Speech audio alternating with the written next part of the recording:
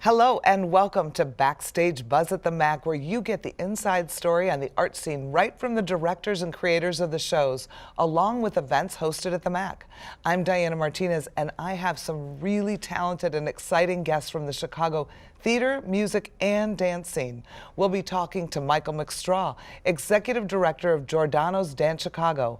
And later you'll meet Amelia Barrett, who is starring in Good People, presented by Buffalo Theatre Ensemble. You'll also get a sneak peek preview of New Philharmonic's next opera with bass baritone David Govertsen singing from the Mikado live on the show. All the artists you'll see here today have a production coming soon to the MAC, and I can't wait for you to meet them. First up is Michael McStraw, who is a professional dancer, semi-professional musician, arts administrator, dance educator, audience architect president, and is the executive director of the legendary Giordano's Dance Chicago. Welcome, Michael. It's nice to be here, Diana. Thank you for having me. Thank you. So nice to have you. And I just found out also a pie maker. A pie maker. A pie maker. Secret's the crust. Secret's in the crust. So talk to me about Giordano's. It's legendary. Yes, you know, yes. in Chicago. And from my perspective, I think it's really the jazz company of the U.S. That's true. We are America's original jazz dance company, formed in 1963 by dance pioneer Gus Giordano. And the company has survived. Now we're in our 54th year because we have something special. We know how to take that energy that is part of our hallmark, that groundedness of the Giordano technique, and relay that to the audience in such a way that the audience just doesn't see a dance concert by us, but they feel it. And we hire dancers who have that same spirit, that same energy. So when you watch one of our performances, which takes you on a journey through emotions, through musical genre, through dance styles, you feel the dancers as much as you hear and see them. Okay, you just said hear and see them. Yes. They're one of the few companies who sometimes will make noise. Sometimes it's choreographed right in. I know, Absolutely. I love that. Yeah, and yeah. I feel shouts and words and yes. So I think when I was like in third grade, I think that Giordano's came to my school and did an assembly. And I still remember that, like, oh my gosh, they're so good. And I feel like they're not afraid to break the fourth wall. They want to engage you. They want to take you in. Absolutely. And you know, that came from Gus himself. Gus was a rock star in the world of dance. He was one of the people who helped to elevate the art form of American jazz dance up to the same level of credibility as ballet and modern. But Gus never took that position too seriously. He was an everyman. He would walk into a room of 300 students at one of our Jazz Dance World Congress events, and he would literally touch and speak to every person in that room. So that level of intimate engagement is something that this organization carries on in every aspect, whether we're on stage or in our outreach programs or doing outreach activities. That's something that we possess and that is part of our brand. Well, and it works. I mean, Thank you. It sticks. It's compelling. Yeah. So Giordano's not only is legendary in the U.S., also it's traveled the world, right? It's amazing. We have been to 27 countries, 46 states, and well over 1,200 cities in our 54 years. And one of the big things that began was back in the late 60s, the Bolshoi Ballet had come through Chicago. And Giordano Dance Chicago, actually at the time I think it was called the Gus Giordano Dance Company or something like that, was asked to perform for the Bolshoi. And they were Here in Chicago? Here in Chicago. Okay. And they were so impressed that they invited the company to come to Russia. Wow. So we performed in 1974, the first jazz dance company to ever tour what was then the Soviet Union. How was it received, I wonder? Oh, well, obviously, it was a fantastic right? tour, and it really kind of kick-started the company into that international renown. How exciting. Yeah. So tell us about the show we're going to see at the MAC here. You're going to see another very typical Giordano Dance Chicago performance. Right. Nan Giordano, our artistic director and daughter of Gus, is renowned for her ability to create a program that, as I said before, takes you on a journey. And so she shapes the program in such a way that you sometimes laugh, you sometimes get teary-eyed, and you end wanting more. So we're beginning with a work by Roni Koresh. Roni is Israeli-born. He has his own dance company in Philadelphia, and he created this work called Crossing Lines that has a fierceness and attack to it through its every section in it. And then we switch gears. We go to Shirt Off My Back by Ray Mercer, who is a Broadway performer in Lion King.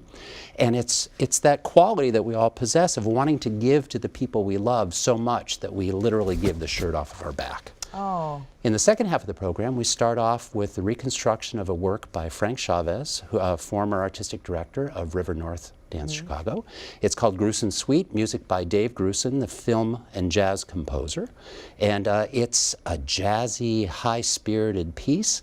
Then we segue into a new work from Peter Chu that is called Divided Against, and that is really a very quiet piece that takes the groundedness of our dancers and takes you into another world. Then we end in typical Giordano Dance Chicago style with Allegria, which means joy. And that's a very popular piece, isn't it? Yes, it is. It's been around since 2011, choreographed by Keisha Lalama and music from Rodrigo y Gabriela. And it's just pure Giordano. Lots of energy, high positive energy, celebration. Michael, thank you so much for taking the time to come out and talk to us. I'm more excited to see the show now. Wonderful. My pleasure. So are they. Oh, well, for more information about Giordanos, go to giordanosdance.org and get tickets to the show on February 4th at the MAC. And to get your tickets, visit atthemac.org.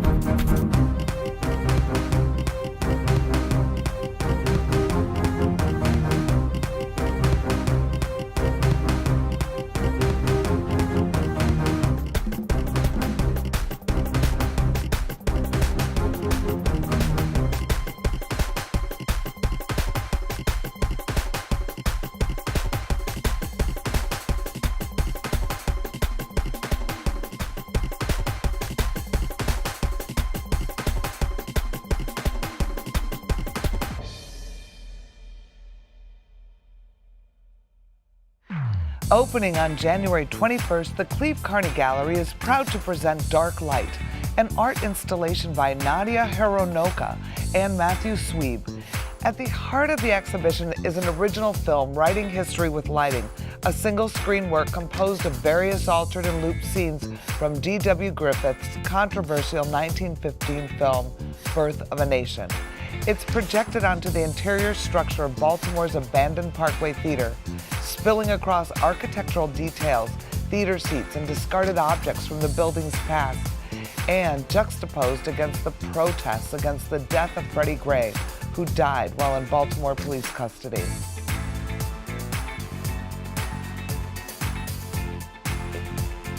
Also opening at the MAC in February is Buffalo Theatre Ensemble's second show of the season, Good People. And here to tell you all about it is Amelia Barrett, faculty member of College of DuPage Theater and co-artistic director of BTE and star of Good People, playing the role of Margie. How are you, Amelia? I'm excellent. Thank you for having me. Well, thank you for coming. So, you are now working on both sides of the fence, right? You're working on the administrative management side and the creative talent side. What do you like better? Neither. I'm teasing. But because, you know, everything that we do, and you included, everything that we do feeds the other side. Yeah. So I think when I was younger, I thought, well, theater is different, art is different. It's not different, but it all feeds the same thing. So when working on the administrative side, you see the big picture and you try to facilitate something and anticipate what might happen, and no one can figure out the future. Right. But then, as an artist, you have to be in the moment and not think about the future at all. So it's working both sides. Yeah. So how do you think things are going? Oh, they're going so well. I think so too. I'm really, to see this emergence, to see the energy behind it is so thrilling. We have 2 new grants that we're really excited about. The DuPage Foundation, which is supporting us in our 30th anniversary season, in our reinstatement and helping our operating budget for the future. Nice. And our Norm Waddell Inspiration Fund, which is celebrating our rebirth. So we feel like the community is behind us 100%. We have almost 2,500 people that came to see our first production. Wow. We're really looking forward to lots of people coming to the next one and then the next one. And the reviews were very good too, which was nice. They're fantastic. Yeah. And our students are all involved in it. We have shadows that are following the actors in every single production. We have master classes that are going on in all of the regular classwork at College of DuPage. We have study guides. We have a class going on in continuing education. I mean, there's just so much energy behind everything that we're doing. And it's nice to have the student engagement for COD. 100%. It's fun. So talk about the shadows, because I don't know if everybody knows what you're talking about. So each one of our actors in every one of our performances has a student actor assigned to them. They come to every I was going to say performance, which they do come to the performances, but every rehearsal, and they follow us backstage, and they see how we're working on the show and ask us questions and talk to us about it. So they're kind of like an understudy in a way? Like an understudy, except that they're really studying under that actor. Got it. So they're like an apprentice? Exactly. Okay. And then we have student apprentices acting as assistant stage managers, studying under our professional stage managers. Nice. So tell us, now, Good People, there's a movie called Good People. Yes. This is not the movie, just so people don't get confused. No, this is the play by David Govertsen, who really is a complex writer, because he's written the book for Shrek the musical, and he wrote the book for The New Wizard of Oz. I forget the name of it. And this show also won an award, right? It won a Tony in 2011 Okay. with Frances McDormand. And so Best Actress, Best Play? Best Actress. But it was up for Best Play. Yes, so and it's designers. a very good play. It's an incredible play. And you're in her role, right? And I'm in her role. Fancy. Very fancy. Tell us about this role. So Margie is this scrappy single mom from South Boston who's just trying to pull herself up by her bootstraps and survive. And she is a cashier at a dollar store and loses her job. She has a disabled daughter that you never meet. But it's funny. Okay. So it sounds really serious, but it's not. It's full of humor. It's full of wry irony. It's full of... Does she make fun of herself? She totally makes fun of herself, and people around her too. And she wants to figure out what it's going to be, what it's going to take to make it through this world. She's not going to give up no matter what. Oh, so it's hopeful. It's very hopeful. Good. And it's about love and good people and what we do for each other and what we do to save each other and what we do to save ourselves. Actually, I think it's more timely than it even was in 2011 about classism, about can you get out? Is this destiny? Or can you work really hard and get out? And in one breath, you can think, this woman is loving and warm and takes care of everybody. And in the same breath, you think, oh my gosh, what's wrong with you? Why are you doing that? Yeah. So it's both sides of the coin. And I think the audience has to leave and say, wow, there are good people, but every one of us has a different part of us. And what am I going to make a difference in tonight? Well, and you know, they say a big part of the election was those people who felt on the edge. Like, I'm one paycheck away from, how's it going to go? Yes, this is her. Okay. And then the other side, so maybe too. It is very timely. It's very timely. Yeah. And I don't know. I think it's the kind of play that the audience in one moment feels, identifies with one person on stage, and in the next second identifies with somebody else. I think it's a really interesting, lively, funny, hard thing to talk about. Oh, I bet. So what's the next show coming up? Improbable Fiction comes after that. And what's your role? In that, I'm an administrator. Fancy. Fancy. All right, back to the other side. Back to the other side again. Okay, and what are you going to do for that one? For that one, I'll probably host some continuing education classes, and we have a wonderful high school ambassador program where we've given local high school students season subscriptions to all of our shows, and we bring them in and we have an engagement activity with them. They go backstage, they take a tour, they meet the actors, they watch special things. Nice. They have pizza and talk about the show and then see the show and then write about it. And are you hosting that? I'll be hosting that. Oh, they'll have a good time. Yeah, I hope so. Oh, that's wonderful. Anything else we need to know about Good People? Most of all, it's about us. It's about us. It's about every single one of us in DuPage County and beyond. And it's not inaccessible. It is provocative, but it's— Can you bring kids? No, it wouldn't be a good idea. All right, so adults. Adults. Okay. And or 18 and up. exactly. Okay. And I think it's about what we're going through right now, and maybe we can talk about it afterwards. And it's a good night. Oh, I love it. Thank you so much for coming and sharing your perspective on what's happening with BTE, and we wish you the best. Break a leg. Thank you. Okay, so to order tickets or for more information on Good People, you can visit atthemac.org or btechicago.org. Also, coming in February, the MAC features an amazing global flick series every Wednesday at 1:30 and 7:30. It's a free series on international films, and what makes the series so special is, number one, they're all free, and two, after each screening, a COD faculty member will lead a conversation on the film and talk about the cultural fabric of where it's from or the social and political themes, and offer insight and engagement in a great conversation with the audience. Each of the movies are notable and award-winning, and this year's lineup has some big hits. Also coming to the MAC in February, just in time for Valentine's Day, is Rick Michael in an evening of Sinatra with a full orchestra.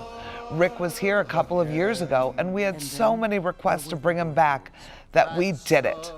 Variety magazine says he is the closest thing to Sinatra they have ever heard.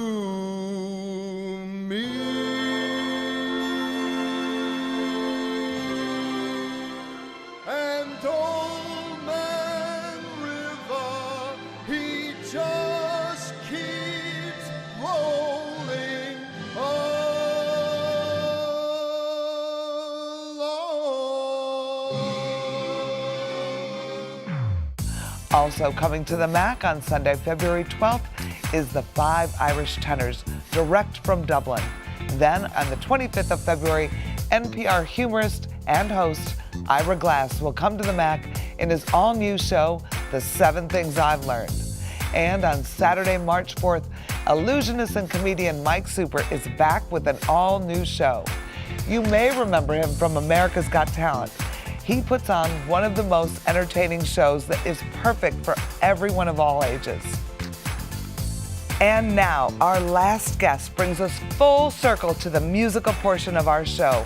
David Govertsen, a College of DuPage alum who will be starring in New Philharmonic's production of Gilbert and Sullivan's The Mikado on January 28th and 29th. He will be playing the role of Puba. David is currently in the lyric opera as well, so you are in for a real treat because he is going to perform a preview from the Mikado for you live here on the show. Ladies and gentlemen, David Govertsen.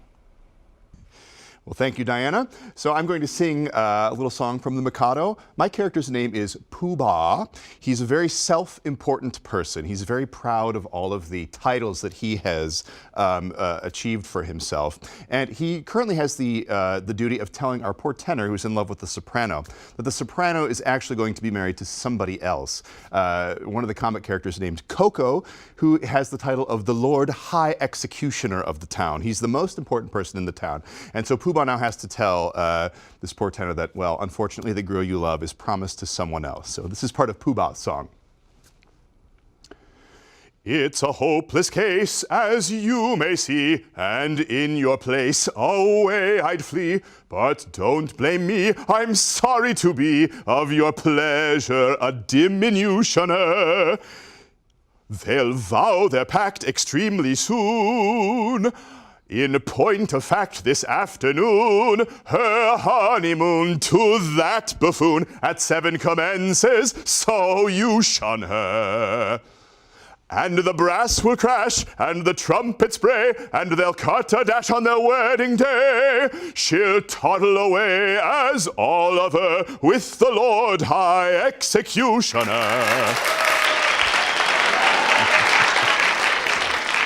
Nice work. Hey, thank you. That was great. You have such a warm, rich voice. Baritone, bass? Bass, baritone. Usually they Bass. hyphenate the two, a bass and a baritone. Very nice. And what are you performing now at the Lyric? I'm performing in Magic Flute at Lyric Opera. I'm performing the role of the speaker. Nice little role in the first act. So. Well, fancy. Yeah. And then you close that show and you go right into rehearsal for this show. That's right. Well, actually, I'm going to start rehearsing Mikado while Magic Flute is wrapping up. So it'll be a little bit of overlap, and then Mikado happens when Magic Flute is done. You know, something a lot of people might not know, this is Gilbert and Sullivan, so a lot of people will know the music. Sure. But it really is kind of a political comedy. Absolutely. It's very much a political satire. They poked fun at a lot of people in England and elsewhere. Right, it's all about sort of status, the status of Pooh Bah and all the ranks he's achieved, the Lord High Executioner, who's able to wed who, and all these kind of things. So yeah, very, very much a political satire. It's like the Saturday Night Live back then. That's kind of what it is. As close as they could get, well, right? It's very timely in this current election season. It's a lot of similar issues could come up. Well, we look forward to seeing it. Get your tickets now, because after hearing that, I know the show is going to sell out. Best of luck with the show, David, and thanks for coming out. Thanks so much. Really appreciate it. Unfortunately, that's all the time we have, but you can enjoy even more on future episodes covering the latest on the art scene every month. For more information on any of the shows you saw here today or future shows, call the MAC box office at 630-942-4000 or visit us at themac.org. On behalf of the McAninch Arts Center and College of DuPage, I'm Diana Martinez. Thanks for watching. We look forward to seeing you at the theater and next time on Backstage Buzz at the MAC.